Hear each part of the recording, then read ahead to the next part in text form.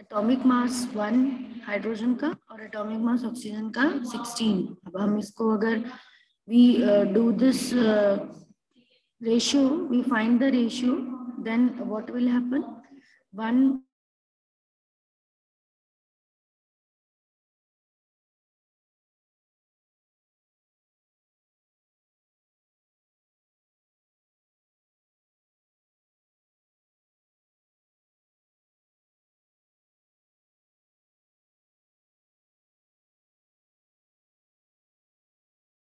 First 2 columns को यहाँ पर हमने पहले एलिमेंट का नेम लिखा, एलिमेंट लिखा, फिर हमने उनका मास लिखा, आगे रेशियो बाय मास क्या होता है, हाइड्रोजन का 1, ऑक्सीजन का 8, फिर एटॉमिक मास लिखा, यूनिट्स में क्या होता है, तो ये आ गया। एंड देन उनका इन दोनों का रेशियो अगर हम निकाल रहे हैं तो कितना आ रहा है, इधर 1 आ रहा है, इधर हाफ आ रहा है, तो सिंपलेस्ट रेशियो बना इधर के हाफ ऑक्सीजन है, तो 1 ऑक्सीजन के लिए यहाँ पर कितना हाइड्रोजन चाहिए होंगे, 2 चाहिए होंगे कंपाउंड बनाने के लिए, क्योंकि सिंपलेस्ट होल नंबर रेशियो में ही कोई भी एलिमेंट कंबाइन हो सकता है। हाफ में तो कंबाइन हो नहीं सकती, फ्रैक्शन में ऑक्सीजन को कंबाइन होने के लिए 1 चाहिए होगा, तो इसीलिए ये वाले जो मॉलिक्यूल हैं ये 2 चाहिए होंगे, सिंपलेस्ट रेशियो में ही कंबाइन होते हैं, क्योंकि एटम्स कंपाउंड बनाने के लिए ये रूल है, it's a constant proportion and simplest ratio rule, thus the ratio by number of atoms for the water is H2O is 2:1. now what is an ion? ion क्या होते हैं, what is an ion? next student will read now, ion क्या होता है, अभिषेक, अभिनव, कोई भी एक बच्चा रीड करो। Compounds composed of metals and non-metals contain charged species.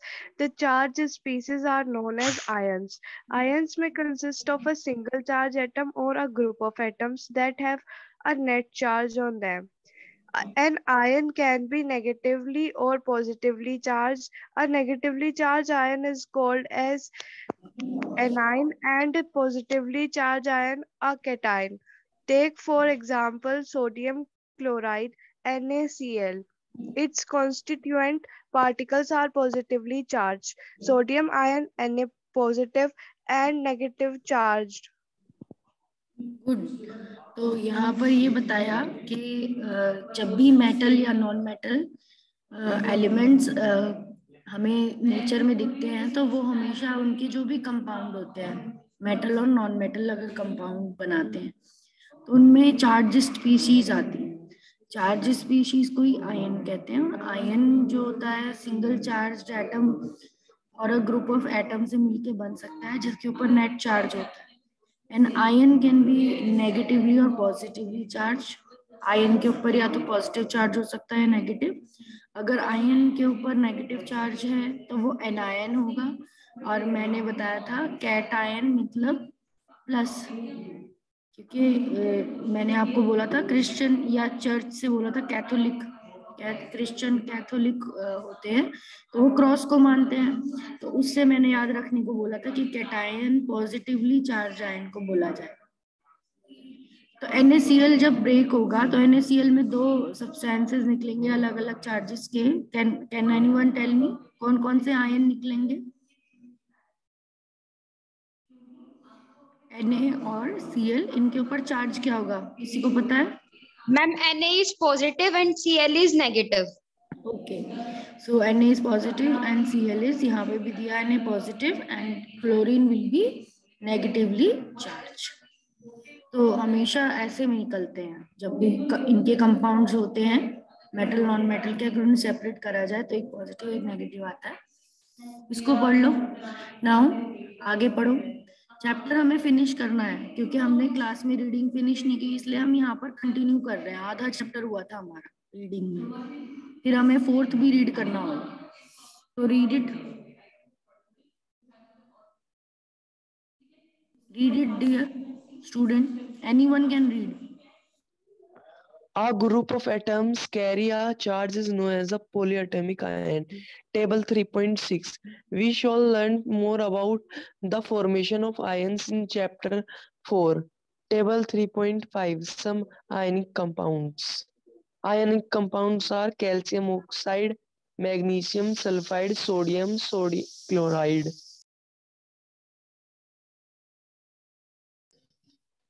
Constituting elements: calcium and oxygen, magnesium and sulfur, sodium and chloride. Ratio of their mass is 5:2, 3:4, and last one 23:35.5. जब इनका रेशियो किया होगा तब मास का रेशियो, तो ये इतना आया इनका मास का रेशियो। कैल्शियम और ऑक्साइड आप देख रहे हो, कैल्शियम और ऑक्सीजन इसके अंदर रेशियो में है। तो कैल्शियम का मास कितना होता है आपको पता होना चाहिए। कैल्शियम 40 होता है मास, और 40 का रेशियो किया है, और ऑक्सीजन का कितना होता है 16। तो कितना आएगा उसका, जब डिवाइड करेंगे तो कितना आएगा? मैम 5:2। हाँ, तो 4 से डिवाइड करेंगे तो 4 10 जा 40 और 4 8 जा 16, और फिर 4 2 जा 8, नहीं 4 से फिर कटेगा, 4 से नहीं कटेगा, फिर 5 2 से कटेगा, 2 5 जा 10 और 2 4 जा 8, और 5/4 आ रहा है, तो यहाँ 16 नहीं होना चाहिए, फिर क्या होना चाहिए 32। ऑक्सीजन का मास 16 ही तो होता है, और इसमें तो एक ही ऑक्सीजन है, तो 5/2 आएगा। 5/2 कैसे आएगा? Who can do the calculation? 40/16 40 divide कर देंगे। मैंने भी तो यही किया था, फिर मैं कहाँ पे गलती करी? 8 5 जा, अच्छा और मैं 8 2 जा 16। हाँ, मैम 5:2 ही आ रहा है। 8 5 जा और 8 2 जा 16, ये 8 से कर दिया डायरेक्टली, तो जल्दी से हो गया। सही है, इसीलिए काटते वक्त बड़े नंबर को यूज करोगे तो ज्यादा एक्यूरेट है, क्योंकि अगर स्मॉल से काटते हैं तो कहीं ना कहीं मेरी तरह गड़बड़ हो सकता है। तो आपको क्या करना है, दोनों का मास रखना है और मास का रेशियो निकालना है, वो इसका रहेगा। राइटिंग द केमिकल फॉर्मूला आगे पढ़ेंगे, ये तो टॉपिक हमने क्लास में करा भी है, और बच्चों ने इसके काफी सारे एग्जांपल्स भी करे थे, और ये इम्पोर्टेंट है, इसके ऊपर क्वेश्चन है एग्जाम में। तो केमिकल फॉर्मूला सबको लिखना आना चाहिए, और ये टेबल बिल्कुल बाय हार्ट होना चाहिए, क्योंकि जिसको ये टेबल आएगा वही फॉर्मूला लिख पाए। ठीक है, तो रीड द पैराग्राफ। कोई एक बच्चा इसे रीड करो जल्दी से। Writing chemical formula. The chemical formula of a compound is a symbolic representation of its composition. The chemical formula of different compounds can be written easily. For this exercise, we need to learn the symbols and combining capacity of the elements. The combining power or capacity of an element is known as its valency. Valency can be used to find out how the atoms of an element will combine with the atoms of another element to form a chemical compound. The valency of the atom of an element can be thought of as hands or arms of that atom. Human beings have 2 arms and an octopus has 8. If one octopus has to catch hold of a few people in such a manner that all the 8 arms of the octopus and both arms of all the humans are locked, how many humans do you think the octopus can hold? Represent the octopus with O and humans with H. Can you write a formula for this combination? Do you get OH4 as the formula? The subscript 4 indicates the number of humans held by the octopus. The valencies of some common ions are given in table 3.6. We will learn more about valency in the next chapter.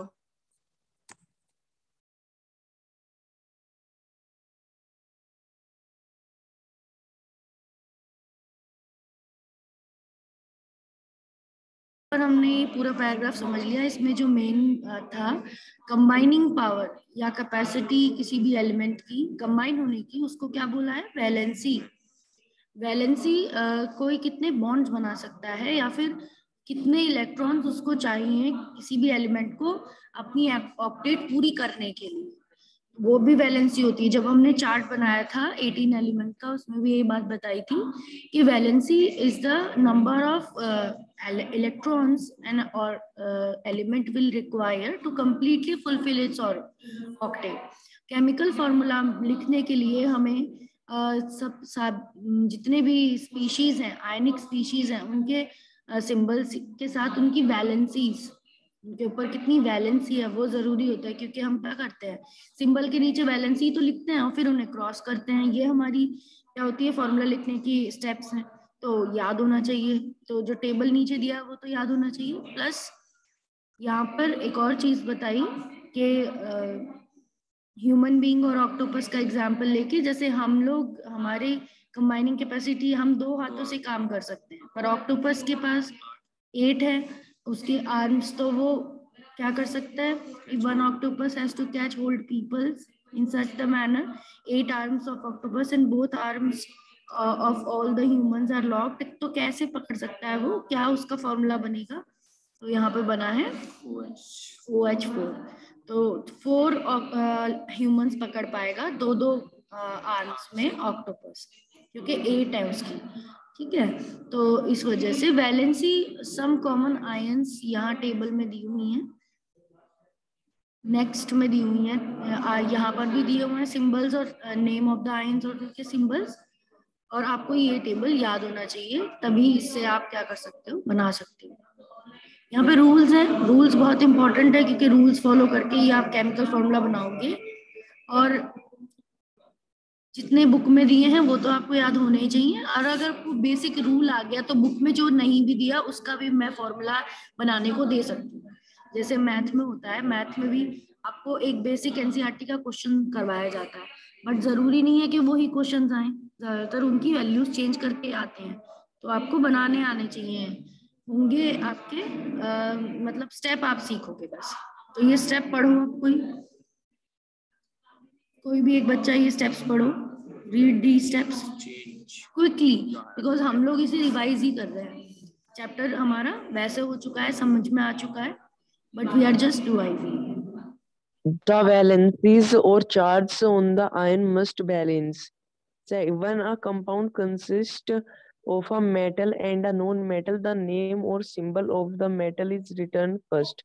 For example, calcium oxide, CaO, sodium chloride, NaCl, iron sulfide, FeS, copper oxide, CuO, etc. Where oxygen, chlorine, sulfur are non-metals and are written on the right, whereas calcium, sodium, iron, and copper are metals and are written on the left.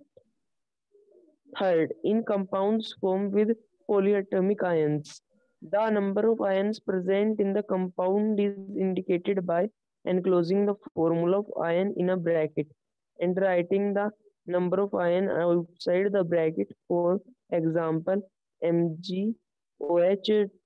In case the number of polyatomic ion is 1, the bracket is not required. For example, NaOH. तो यहाँ पर हमें rules बता दिए, rules important हैं and rules को ही follow करके ये सब फॉर्मूलेज बना रहे हैं। पहला रूल है कि वैलेंसी और चार्ज जो है आयन का वो बैलेंस होना चाहिए। When a compound consist of metal और नॉन मेटल, दो अगर चीजों से बना होगा तो पहले उनमें से मेटल ही लिखा जाएगा और बाद में क्या लिखा जाएगा, नॉन मेटल लिखा जाएगा। First you have to write metal, then you have to write symbol of non metal, and then आप क्या बना लोगे, उनकी वैलेंसीज को उनके डाउन में लिखेंगे। In a compound formed from the polyatomic ions, the number of ions present in the compound is indicated by enclosing the formula of ion in a bracket. तो अगर कोई पॉलीएटॉमिक आयन है उसके लिए बताया ही था, जैसे OH की बात होती है तो OH को आप क्या करते हो, ब्रैकेट में ही लिखोगे, क्योंकि इसमें ऑक्सीजन और हाइड्रोजन दोनों का पॉलीएटॉमिक आयन बना है। तो जब भी OH कहीं पर आएगा तो you will write in the brackets, and in the number of polyatomic ion is 1। अगर वो 1 है उसका ये तब लिखना है ब्रैकेट में कि जब वो उसका वैलेंसी 1 से ज्यादा आ रही है, 2 आ रही है क्रॉस करने के बाद, तब लिखना है ब्रैकेट में। अगर 1 आ रही है तो फिर जरूरी नहीं है, तो फिर डायरेक्टली भी लिख सकते हो NaOH, तब ब्रैकेट लगाने की जरूरत नहीं है। ठीक है, तो इसमें भी ऑप्शन है ब्रैकेट लगाने में। ये 1 आएगा, अगर उसका क्रॉस करने के बाद 1 आएगा चार्ज, तो आप ब्रैकेट नहीं लगाओगे, बाकी 2 या ज्यादा आएंगे तो लगाओगे। Formula of simple compounds, read, someone read this formula of simple compounds.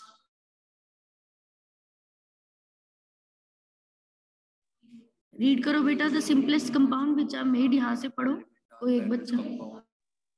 Formula of simple compounds. The simplest compounds which are made up of 2 different elements are called binary compounds. Valencies of some ions are given in table 3.6. You can use these to write formula for compounds. While writing the chemical formula for compounds, we write the constituent elements and their valencies as shown below. Then we must cross over the valencies of the combining atoms. Formula बनाया हुआ है HCl, सबसे पहले H के नीचे 1 लिखा, chlorine के नीचे भी 1 लिखा, और फिर उसे क्रॉस कर दिया, and hydrogen sulphide, hydrogen and sulphur. तो इनके चार्जेस आपने टेबल से याद किए होंगे तो पता होगा कि सल्फर का charge you get -2 and hydrogen is 1। फिर उसे क्रॉस करने पे हमें फॉर्मूला क्या मिल रहा है, H2S। ऐसे ही हम बनाएंगे, यही रूल्स फॉलो करके, तो हमें किसी भी कंपाउंड का नाम दे दिया जाए हम बना सकते हैं आराम से। एल्यूमिनियम ऑक्साइड, कैल्शियम ऑक्साइड, यहाँ पे कितने सारे फॉर्मूलेज दे रखे हैं, magnesium chloride, carbon tetrachloride, clear. तो इन फॉर्मूलेज में किसी को कोई प्रॉब्लम नहीं होगी, इसीलिए मैं आगे बढ़ रही हूँ, ठीक है, क्योंकि क्लास में भी प्रैक्टिस हुए हैं।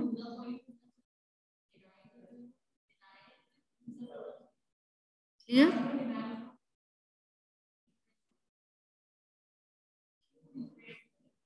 Molecular mass and mole concept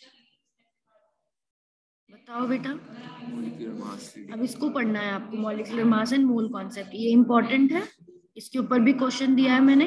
I have set the paper जिसमें सारी चीजें कवर हूँ आपकी। तो read this, molecular mass and mole concept, read this. Molecular mass and mole concept. 3.5.1 molecular mass. In section 3.2.2, we discussed the concept of atomic mass. This concept can be extended to calculate molecular mass. The molecular mass of a substance is the sum of the atomic masses of all the atoms in a molecule of the substance. It is therefore the relative mass of a molecule expressed in atomic mass. Unit as U. यहाँ पर आराम से बताया हुआ है कि ये concept जो मॉलिक्यूलर मास में भी डाला जा सकता है, एटॉमिक मास का कॉन्सेप्ट, कि हर एटम को अगर आप प्लस कर दो, एटम के मास को, अगर कंपाउंड लिखा है कोई आपका, जैसे H2O लिखा है यहाँ पर, HNO3 लिखा है यहाँ पर नेक्स्ट में एग्जाम्पल में, तो अगर यहाँ पर आप इन एटम के मासेस को प्लस कर दो तो आपको HNO3 का मास मिल जाएगा। सेम कॉन्सेप्ट होता है, वहां पर सारे एटम के मासेस को बस प्लस करना होता है। तो मॉलिक्यूलर मास ऑफ सब्सटेंस, ये डेफिनेशन हो गई।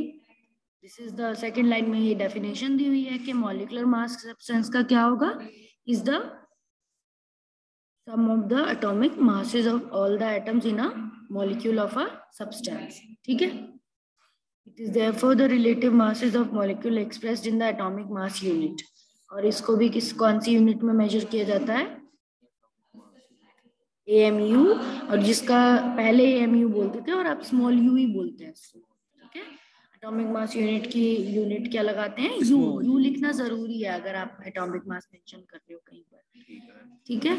तो ये क्वेश्चन बहुत आराम से यहाँ पर H2O का मास बता रहा है। 1 हाइड्रोजन की जगह 1 U लिखेंगे, ऑक्सीजन की जगह 16, और हाइड्रोजन क्योंकि इसमें 2 है तो 2 से 1 को इंटू करके 16 और 1 एटम ऑक्सीजन का है उनको प्लस कर देंगे, you get 18 U। Same way में HNO3 का मास निकाल लेंगे। Clear, is it clear? HNO3 mass, Yes, ma'am.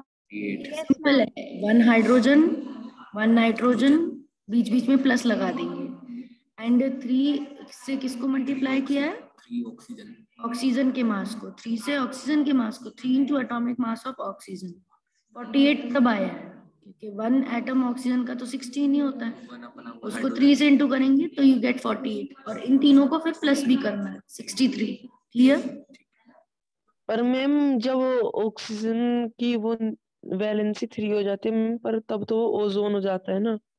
हाँ, बट यहाँ पे हम वैलेंसी नहीं दे रहे ना, हम ये अलग नहीं है बेटा, दिस इज नॉट सेपरेटेड।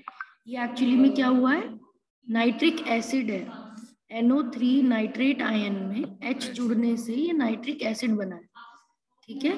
ये अलग अलग कंपाउंड नहीं है, इसमें ऐसा नहीं है कि इसमें हाइड्रोजन और नाइट्रोजन और ओजोन जुड़ी हुई है, ऐसा नहीं है इसके अंदर, ये कंपाउंड है। ये कैसे बना, ये हाइड्रोजन नाइट्रेट से बना नाइट्रिक एसिड, जब नाइट्रेट आयन में एक H जुड़ा है तब बना है ये। Clear? Okay ma'am, okay. Formula unit mass, अब यहाँ से पढ़ो, नेक्स्ट बच्चा पढ़ेगा यहाँ से। The formula unit mass of a substance is a sum of the atomic masses of all the atoms in a formula unit of a compound. Formula unit mass is calculated in the same manner as we calculate the molecular mass. The only difference is that we use the word formula unit for those substances whose constituent particles are ions. For example, sodium chloride, as discussed above, has a formula unit NaCl. Its formula unit mass can be calculated as 1 into 23 plus 1 into 35.5 is equals to 58.5 unit. तो formula unit mass भी molecular mass जैसा ही concept है, बस जो ions होते हैं जिन compounds के, उन आयंस में जो आयोनिक कंपाउंड्स होते हैं उनके लिए हम नया वर्ड यूज कर लेते हैं फॉर्मूला यूनिट मास, बस ये डिफरेंस होता है, बाकी तो सेम ही होता है, वैसे ही करना पड़ता है, सेम नहीं। जो फॉर्मूला है NaCl है ना, NaCl में एक ही Na है, एक ही आयन है Na का, और एक ही Cl का आयन है, इसीलिए उसमें अगर हाँ, तो 35.5 इंटू 1 वही आएगा और 1 इंटू 23 भी वही आएगा, एक एक आयन है, ठीक है। एंड कैलकुलेट CaCl2, तो CaCl2 में कैल्शियम तो सिंगल है, क्लोरीन कितने हैं, 2 है, 2 इंटू क्लोरीन, क्योंकि यहाँ भी आयन्स ही होते हैं, बट यहाँ पे फॉर्मूले में एक कैल्शियम है और एक 2 क्लोराइड है, इसलिए 2 से इंटू किया। ये आपको याद होनी चाहिए बेटा, किसी के भी मास निकालने को आ सकते हैं, किसी का भी केमिकल फॉर्मूला बनाने को आ सकता है, नंबर ऑफ मोल्स, चैप्टर आपका अच्छे से प्रिपेयर होना चाहिए, ठीक है। ये जो क्वेश्चंस दिए हुए हैं ये सब आपके प्रैक्टिस होने चाहिए, कैसे इनके मॉलिक्यूलर मास आप निकाल। आपकी ग्रुप में सबके एनसीईआरटी के सॉल्यूशन का PDF है, जिसको नहीं आता वो वहां से देखेगा, प्रैक्टिस करेगा। क्लियर? Okay ma'am. तो अब आगे हम बढ़ रहे हैं, आगे नेक्स्ट पढ़ेंगे, you will read next.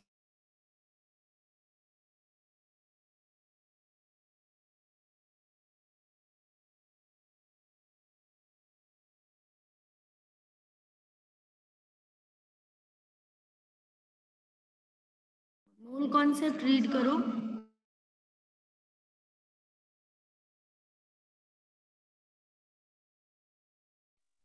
Mole concept. An example of a reaction of hydrogen and oxygen to form water. The above reaction indicates that two molecules of hydrogen combine with one molecule of oxygen to form two molecules of water, or 4U of hydrogen molecule combine with 32U of oxygen molecules to form 36U of water molecules. We can infer from the above equation that the quality of a substance can be characterized by its mass or the number of molecules, but a chemical reaction equation indicates directly the number of atoms or molecules taking part in the reaction. Therefore, it is more convenient to refer to the quality of a substance, quantity of a substance in terms of to the number of its molecules or atoms rather than their masses. So a new unit mole was introduced. 1 mole of any species atoms.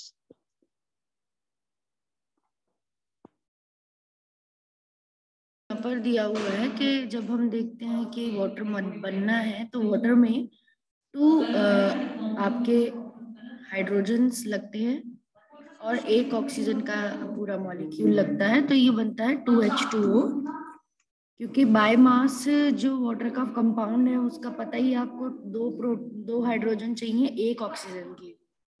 जब water बनाना पड़ेगा तो हम oxygen को भी तो complete लेंगे, और oxygen complete में कितने एटम आते हैं? ऑक्सीजन कंप्लीट जो होती है डायटोमिक होती है। ऑलरेडी इसमें कितने ऑक्सीजन होते हैं? 2। 1 ऑक्सीजन के लिए जब 2 हाइड्रोजन लगते हैं तो 2 ऑक्सीजन के लिए कितने लगेंगे? 2। तो इस वजह से यहाँ पर 2H2O बना। ठीक है, तो अबव रिएक्शन क्या इंडिकेट कर रहा है? Above reaction 2 molecule of hydrogen combined with 1 molecule of oxygen to form 2 molecule of water. 4 U of hydrogen molecule combined with 32 U of oxygen molecule to form 36 U of water molecules. मतलब weight के हिसाब से. This is given by according to atomic weight. And these are given according to the number of molecule. So we can infer from the above equation. इस equation से हम क्या समझ में आया? इस इक्वेशन से ये द क्वांटिटी सब्सटेंस की can be characterise by mass और by the number of molecule. Quantity हमेशा 2 चीजों से कैरेक्टराइज करी जा सकती है, तो उसके मास से, एक उसके नंबर से। But the chemical reaction indicates directly the number of atom or molecule taking part in the reaction. Therefore, it is more convenient to refer to quantity of a substance in terms of the number of its molecules or atoms rather than masses. Masses से अच्छा क्या है? कौन सा term है? Number of molecules, number of atoms से ज्यादा specific term. क्योंकि मास भी किसका ही रख रहे हैं हम? मास भी किसका ही रख रहे हैं? एटम का ही तो मास रखते हैं। जब हम मास निकालते हैं यहाँ पर, तो वो एक्चुअली में होता तो किसका मास है? एटम का ही मास होता है जितने यूज हुए हैं। तो हम क्यों ना नंबर ऑफ एटम की टर्म्स में ही बात करें, तो वो ज्यादा सही रहेगा। तो नंबर ऑफ एटम्स की बात होती है यहाँ पर। और मोल एक ऐसा कांस्टेंट है जिसमें नंबर ऑफ एटम्स फिक्स कर दिए गए हैं। ठीक है, 1 मोल ऑफ एनी स्पीशीज, आगे 1 मोल की डेफिनेशन दी है, दैट इज वेरी इंपॉर्टेंट। तो you all have to learn 1 mole definition. It is given, it 1 mole of a species contain what? Molecules or ions is particle is that quantity in numbers having mass equal to atomic mass or molecular mass in the gram. 1 mole उसी atom का या उसी molecule का उसके 1 gram atomic mass के बराबर ही होता है। 1 ग्राम एटॉमिक मास के बराबर। ग्राम एटॉमिक मास हमने पढ़ाई है, और 1 मोल में उतने ही मॉलिक्यूल या आयन आएंगे जितना उसका ग्राम एटॉमिक मास होता है। जैसे ये जो चार्ट है ये आपको यही बता रहा है, ये जो चार्ट बना हुआ है इसका नंबर तो यही है कि 6.022 into 10⁻23 ये फिक्स है। ठीक है, तो कार्बन एटम, इतने कार्बन एटम मिला के 1 मोल ऑफ कार्बन बनाएंगे, 1 मोल ऑफ कार्बन, और जिसका वेट किसके बराबर होगा? 12 ग्राम। उसके ही एटॉमिक मास के बराबर उसका वेट भी होगा। Clear? Is it clear? Yes ma'am. ऐसे ही ये भी एटॉमिक नंबर ऑफ एटम्स हैं, ये hydrogen 1 mole of hydrogen atom बनाएंगे, और ये 1 ग्राम हाइड्रोजन के, क्योंकि 1 ग्राम ही हाइड्रोजन का वेट होता है। ऐसे ही सेम यही कॉन्सेप्ट यहाँ लग रहा है। ठीक है, किसी भी, इन्होंने बोल दिया general number of that particle, किसी भी पार्टिकल का नाम यहाँ लिखो, बी इट एनी XYZ। ठीक है, उतने ही 1 मोल उसका पार्टिकल्स रिलेटिव मास भी उसी का ही आएगा, उसी एलिमेंट का। ठीक है, अब आगे पढ़ो। The number of particles, atoms, molecule और ions present in 1 mole of any substance is fixed. और क्या वैल्यू होती है उसकी? Avogadro's constant. उसकी फिक्स वैल्यू को this number is called as Avogadro's constant या एवोगैड्रो नंबर बोला जाता है। N0 name in honour of Italian scientist Amedeo Avogadro. 1 mole of anything will be 6.022 in 10 raised to 23 in numbers. जैसे हमें पता है 1 डजन में 12 नंबर्स आते हैं, 1 ग्रॉस में 144 नंबर्स आते हैं, ऐसे 1 मोल में कितना आता है, ये नंबर आता है एवोगैड्रो नंबर। क्लियर हो जाना चाहिए ये आपको, ठीक है। Besides being related to a number, a mole has one more advantage over dozen and gross. This advantage is that 1 mole of particle substance is also fixed. ठीक है, पर्टिकुलर सब्सटेंस का 1 मोल भी फिक्स्ड हुआ है, एक नंबर तो मिला ही है उसको, साथ में इसका वजन भी फिक्स्ड है। ये इसका रिलेशन बहुत ज्यादा इंपॉर्टेंट है यहाँ पर कि उसी एलिमेंट के एटॉमिक मास से उसका बराबर होता है उसका वजन, ये फिक्स किया है। The mass of 1 mole of substance is equal to relative atomic or molecular mass of the in the gram. ये फिक्स दो चीजों को रिलेट किया है इसने, एक नंबर को और एक मास को। Atomic mass of element give us the mass of an atom of that element in atomic mass unit. To get the mass of 1 mole of atom of that element, that is molar mass, we have to take the same numerical value but change the units from U to G. And molar mass of the atom is also known as gram atomic mass. For example, the atomic mass of 1 hydrogen is 1 U, so the gram atomic mass is 1 gram. यहाँ आती है gram atomic mass की बात, और यहाँ हम U की जगह ग्राम लिखते हैं जब हम 1 मोल की हाइड्रोजन की बात करते हैं, तो वो किसके बराबर हो जाता है, 1 ग्राम के बराबर। Similarly, 16U oxygen has only 1 atom of oxygen and 16 gram oxygen has 1 mole of atoms, that is 6.0 into 10 raised to 23. और ये जो फॉर्मूला है ये बहुत इंपॉर्टेंट है, the number of moles, this formula and the एक और फॉर्मूला जो एवोगैड्रो के रिलेशन में फॉर्मूला है, this is very important and this the other one is also important in the calculations. ठीक है, जो कैलकुलेशन इन दोनों फॉर्मूले की है एग्जाम्पल में, और एग्जाम्पल के बाद भी दिए हुए हैं, लगातार 2-3 एग्जाम्पल्स दिए हुए हैं, ये पूरे इज इम्पोर्टेंट एंड प्लस फिर ब्लू क्वेश्चंस। इसका पीडीएफ आपके पास है, यहाँ पर आपका चैप्टर फिनिश होता है। तो आपका यही वर्क है कि इसे रफ में आप अपने प्रैक्टिस करो इनके क्वेश्चंस को। पूरा चैप्टर आपको अब अच्छे से याद हो जाना चाहिए, रिवाइज हो गया है एनसीईआरटी के थ्रू, ठीक है। फिर जब टेस्ट होगा तो इसकी वर्कशीट दूंगी मैं, उसको सॉल्व करके मुझे दिखाना कितना आपका है। क्लियर? क्लियर हो गया बेटा? Yes ma'am. ठीक है, तो all the best to you, learn this chapter very well. हर तरह से आप इसको लर्न कर लो, प्रैक्टिस कर लो, फिर मैं आपको इसकी बेस्ड वर्कशीट दूंगी। Okay ma'am, thank you ma'am. Okay, welcome.